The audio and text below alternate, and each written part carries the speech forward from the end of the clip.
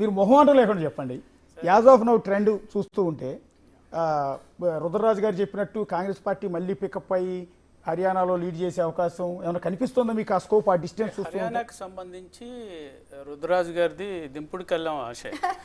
ఎందుకంటే మనకి క్లియర్గా స్పష్టంగా ఇప్పుడే నేను పోల్ పర్సెంటేజ్ కూడా చూస్తున్నాను, స్పష్టంగా కనిపిస్తుంది.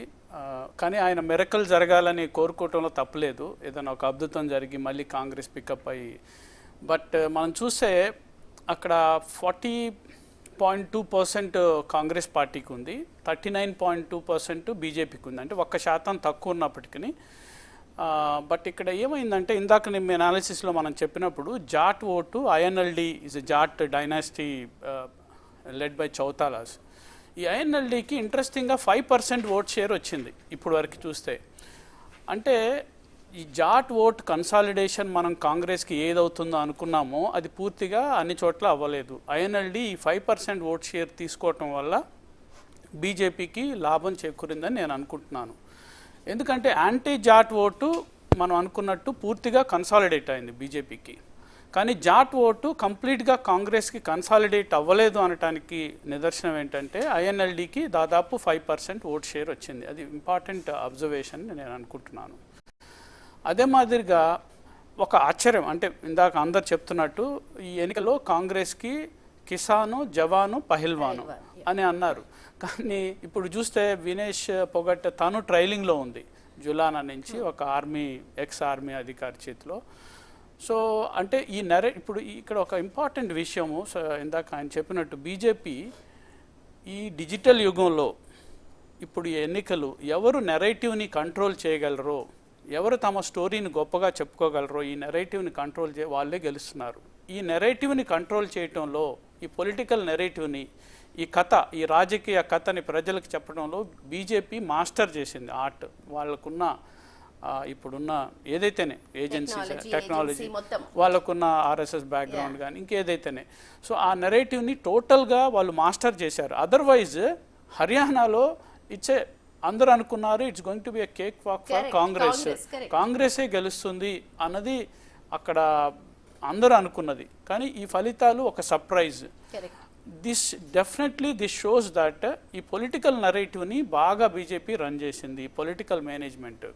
అయితే నిన్న ముఖ్యమంత్రి మాట్లాడుతూ నయబ్ సింగ్ ఒక మాట అన్నాడు, మేమే గెలుస్తాము, మేము గెలిచిన తర్వాత కాంగ్రెస్ ఈవీఎంలని బీజేపీ మోసం చేసింది, మాయ చేసింది అంటారు, ట్యాంపర్ చేసింది అంటారు. నేనంటాను ఈవీఎంలు ట్యాంపరింగ్ అనేది ఒక పెద్ద ప్రశ్న. బట్ వాట్ ఐ ఫీల్, ఈ పొలిటికల్ నెరేటివ్ని బీజేపీ అద్భుతంగా రన్ చేస్తుంది ఓవరాల్గా. అదర్వైజ్ యూపీలో డిక్లైన్, హిందీ హార్ట్లాండ్ అని యూపీలో మొన్న లోక్సభ ఎన్నికల్లో బీజేపీకి చాలా ఎదురు దెబ్బ తగిలినట్టు లెక్క. అదే మాదిరిగా ఇక్కడ కూడా 50-50 సీట్స్ వచ్చినాయి, 5 సీట్స్. ఇంకా లోక్సభలో లోకల్ ఫ్యాక్టర్స్ ఉంటాయి, మోడీ ఫ్యాక్టర్ ఉండదు. కాబట్టి కాంగ్రెస్ గెలిచే అవకాశం ఉందనుకున్నా కానీ చాలా అద్భుతంగా వాళ్ళు పోల్ మేనేజ్మెంట్ కానీ, ఈ పొలిటికల్ నెరేటివ్ని రన్ చేయడంలో కానీ, ఈ కాస్ట్ పోలరైజేషన్ విషయంలో కానీ పనిచేశారు. కాంగ్రెస్కి ఎవరో అన్నారు ఇందాక, కాంగ్రెస్ నేత ఒక ఆయన అక్కడ గాంధీ భవన్లో, ఏది ఆమ్ ఆద్మీ పార్టీ వల్ల మేము, అయితే ఎక్కడైతే ఆమ్ ఆద్మీ లోకల్ పార్టీలతో కాంగ్రెస్ వెళ్తుంటే ఈ బైపోలర్ వార్లో కాంగ్రెస్కి అనుకూలంగా ఉంది. ఫర్ ఎగ్జాంపుల్ మనం చూసాం కాశ్మీర్లో అట్లనే. కానీ ఇక్కడ మనం ఆమ్ ఆద్మీ పార్టీ విషయం ఇది చూస్తే, బికాస్ ఢిల్లీ పక్కనే ఉంది, ఇన్ఫ్లుయెన్స్ ఎక్కువ ఉంటుంది గుర్గాం మీద కానీ పక్కనున్న ప్రాంతాలు. అయితే ఇక్కడ మనం చూస్తే ఓన్లీ 1.5% వచ్చింది ఆమ్ ఆద్మీ పార్టీ షేర్ ఇప్పటి వరకు. అయితే ఈ క్లోజ్ మార్జిన్స్, ఇండిపెండెన్స్ విషయం ఏంటి? ఇండిపెండెన్స్ ని కంట్రోల్ చేయడంలో కూడా ఫెయిల్ అయింది అని చెప్పి ఇక్కడ. అవును, ఇండిపెండెన్స్ అంటే ఇక్కడ మనం మేజర్గా ఐఎన్ఎల్డి, జేపీపీ రెండు పార్టీలు జాట్ వాళ్ళ చౌతాలా ఫ్యామిలీ పార్టీస్. అయితే జేపీపీ ఎక్కడ they haven't shown any, but INLD. But regarding independence control అంటే అది కామన్ ప్రాబ్లం ఉంటుంది. Rebels, when some party is winnowing, ఆ పార్టీలో ఎక్కువ మంది రెబల్స్, ఆ పర్సెప్షన్ ఉన్నప్పుడు కాంగ్రెస్ పార్టీ గెలుస్తుంది అనే పర్సెప్షన్ ఉండబట్టి ఆబ్వియస్లీ రెబల్స్ ఉండొచ్చు. I don't know exact situation there. But నేను అనుకుంటుంది ఏంటంటే మేజర్గా వీళ్ళు కాంగ్రెస్ పార్టీ అనుకున్నంత పొలిటికల్ నెరేటివ్ రన్ చేయకపోవటం, జాట్ కన్సాలిడేషన్ టోటల్గా అవ్వకపోవటం, యాంటీ జాట్ కన్సాలిడేషన్ టోటల్గా అవ్వటం, ప్లస్ ఈ వాట్ ఎవర్ ఇంకొకటి కాంగ్రెస్ బీజేపీకి లాభించింది ఏంటంటే అంతకుముందు నా ముఖ్యమంత్రిని మార్చేసి yeah. నయబ్ సింగ్ని తీసుకురావటం ఒక మాస్టర్స్ అంటే ఈ 1 yearలో he was better performing than the previous chief minister and corruption కూడా అంతకు ముందుకు పోల్చుకుంటే లేదు అనేది. So BJP did a good thing for the party by doing that. But still it's a big surprise because అందరూ and I don't think so it will change. ఇప్పుడున్న current trends consolidate because almost 5th 6th రౌండ్లోకి వచ్చి ఉండొచ్చు.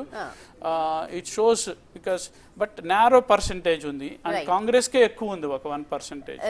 Right. Big TV continuous గా హర్యానా అలాగే Jammu Kashmir results ని మీకు telecast చేస్తుంటుంది. అయితే మొత్తం ఓవరాల్ ప్రాస్పెక్ట్ తెలుసుకోవడానికి మా గణేష్ సిద్ధంగా ఉన్నారు, డిప్యూటీ బ్యూరో చీఫ్ కింద. సో గణేష్, ఓవరాల్ పర్స్పెక్ట్ ఎలా చూడాలి? మనకు ఎగ్జిట్ పోల్స్ ఒకలాగా చెప్పాయి.